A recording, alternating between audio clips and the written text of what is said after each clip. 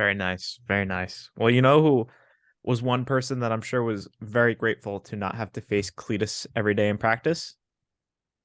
How about a one Tony Miola, Yo, part of the 2000 Kansas City Wizards team? As always, source for this one, just Wikipedia. I mean, Wikipedia's obviously got their sources, but that's what I will be leveraging to talk about the 2000 KC Wizards season. And I'm not spoiling anything by putting stuff in the title, even though Andrew already spoiled half of it because he sucks. The year is 2000. The KC Wizards, to this point in their existence, have not won anything, despite finishing second in the Supporter Shield in 1997 and having an MVP in Preki. However, the winless Wizards were about to be no more. The team consisted of plenty of big name players that many today even know about, such as Tony Miola, Preki, current boss Peter Vermees, Chris Henderson, and Mo Johnston. The roster was strong enough to right the wrong of the nearly wooden spoon season of 1999. And right the wrong they did. And what better way to kick off the season other than absolute firecracker of a game versus the Chicago Fire, where they won 4-3. This would kick off one of the best starts in MLS history, as they then went unbeaten in their next 11 games, with 9 of those being wins. In that stretch, they conceded just twice while scoring 21 goals. Absolutely dominant during that period.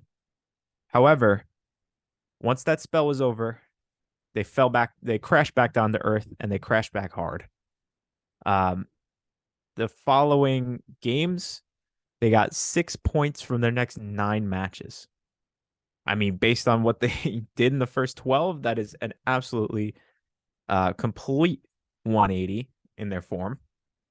However, well, almost so. Okay, so the fall off for these games is almost solely due to the lack of scoring, considering they scored 5 goals in that 9 game stretch. However, they would find a bit better form to finish off the season with 5 wins, 4 draws, and 2 losses in their remaining games, bringing their final record on the season to 16 wins, 9 draws, and 7 losses. Certainly a massive step up from the season prior, but where did this leave them in the standings? They finished on 57 points, which is the exact same number of points as the Chicago Fire. So it comes down to goal differential, and KC edged them out by 2 goals, meaning that they were crowned Supporter Shield champions. So obviously, this came down to the final day of the regular season, where KC entered the final day being having a 2 point advantage over the Chicago Fire and the Metro Stars. The Metro Stars lost their final game against New England, as Andrew mentioned. However, they would have needed a decent amount of help in this last game in order to win the Sports Shield anyway. The Fire, however, saw off the crew to win 3-2, so the pressure was on KC to respond. They faced the Tampa Bay Mutiny, who were a strong team that season. They finished fourth in the final standings, and they found themselves down 2-0 in 33 minutes. Things were not looking good.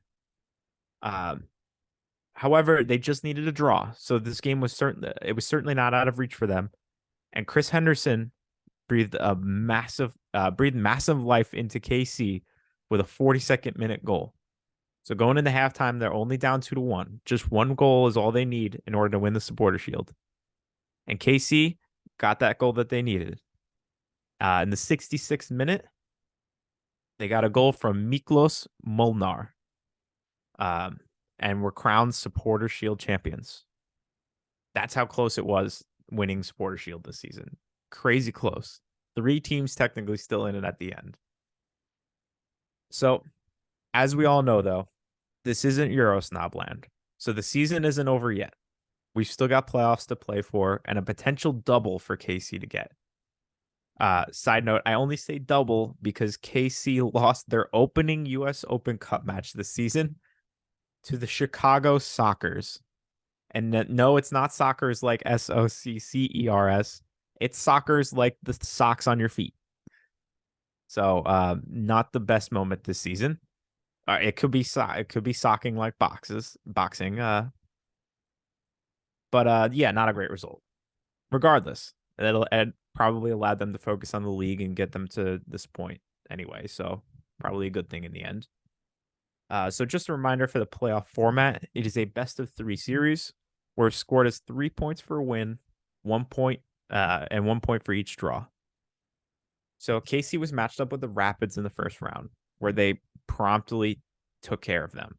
They won twice and drew once, giving them 7 points and a trip to the semifinals, where they would face a dangerous LA Galaxy side. And these two teams were very evenly matched, and it showed in the series. It was a 0-0 absolute barn burner in the first match, followed by a 2-1 Galaxy win after sudden death extra time.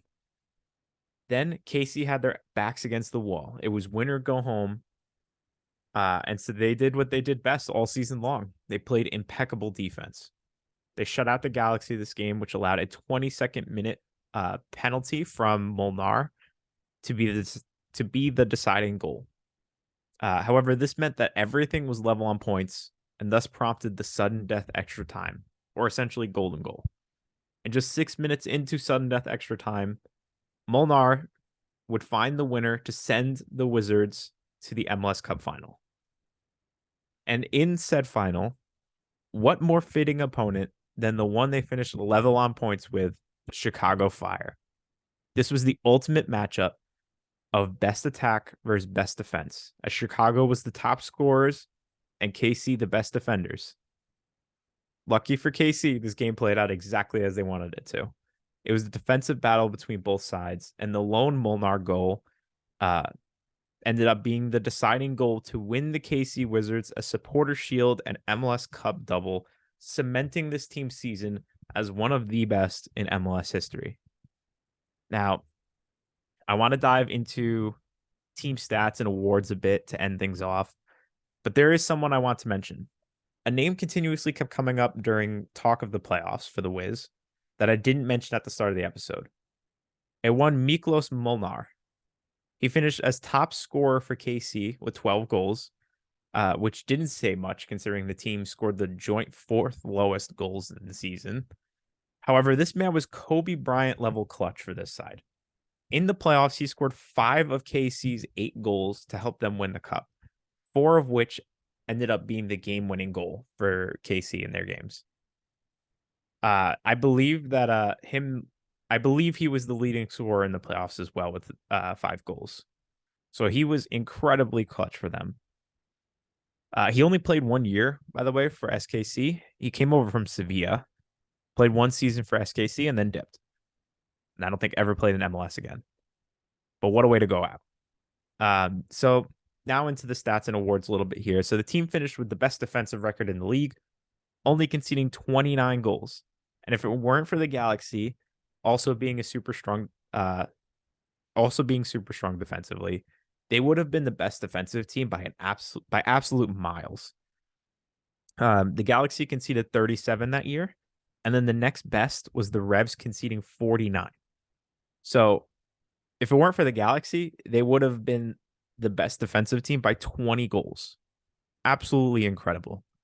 All of this resulted in a plethora of awards for the SKC defense, including Vermees for Defender of the Year, Tony Meola for Goalkeeper of the Year, Tony Meola for Comeback Player of the Year, and Tony Meola as MVP.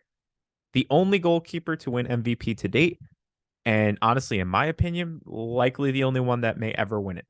The only goalkeeper that may ever win an MVP award. Do you have something to say? Why'd you unmute? Additionally, Bob Gansler won Coach of the Year for SKC after helping turn a nearly wooden spoon team into a double-winning monster. This season, the KC Wizards helped prove that defense does, in fact, win championships. Is that it? That's it. I was trying to time when you were finishing so I could unmute at a proper time. Well, you didn't time it very well. Clearly. Yeah, that you ended it the way I was going to end it. Defense wins championships. We talk about it all the time. Sometimes you don't have to have the best attack if you have the best defense. And this team proved it. right? And you can turn it, it also shows, and this I think really is an example of how important that parity is to this league. You went from being almost the worst team in the league to winning everything the year after. Like it gave incentive to those owners who were a part of it that it wasn't going to be a two-person race from the get-go. Everybody had a chance to be successful. Everybody had a chance to make money, and that's truthfully why I think people left their investments in. They knew that they had an opportunity. However, even if they had one bad year, it only took a signing or two to turn it around. That was the important part of this whole thing. So again, a very important moment in MLS history where that had to be one of the first times ever that a team went from worst to first, right? And that shows how important that parity was to the league. And I think we're losing it a little bit now, personally. However, it's not necessarily a bad thing because we're at a stable enough point where we can have a little bit of separation. But back in 2000, if it was the same four teams running away with it over and over and over again, I know DC and Chicago were up there, but if there was no shot, I feel like a lot of those owners would have just said, there's no point in this. I'm wasting my money and would have dipped. Yeah, I think it's a good point. One other thing I did want to mention, I'm not saying I'm definitely not saying he didn't deserve it. I think he absolutely played well enough to earn the award, but I'm very surprised they actually gave the award to a goalkeeper that year. Not to say, like, again, Miola he had over 50% of his games were clean sheets and he had 82% save percentage. It's unreal. It's MVP worthy. I'm just surprised that they did it because there were other guys that were definitely like attacking players who were in the conversation who also had like really good years. I mean, it was let me find it really quick. It was Mamadou Diallo had Yep. 26 goals that year, and Clint Mathis had like easily 20 plus goal contributions that year as well, and they were both finalists. So I'm a bit surprised they actually gave it to a goalkeeper. Yeah. And I agree with your assessment too. I think that'll probably be the last time the goalkeeper ever gets it. The Lake probably was pretty close, but with the way that money is spent these days, nobody's gonna vote a goalkeeper in that spot unless they are next level unreal. Like Blake was close. You to be better than that, I don't know.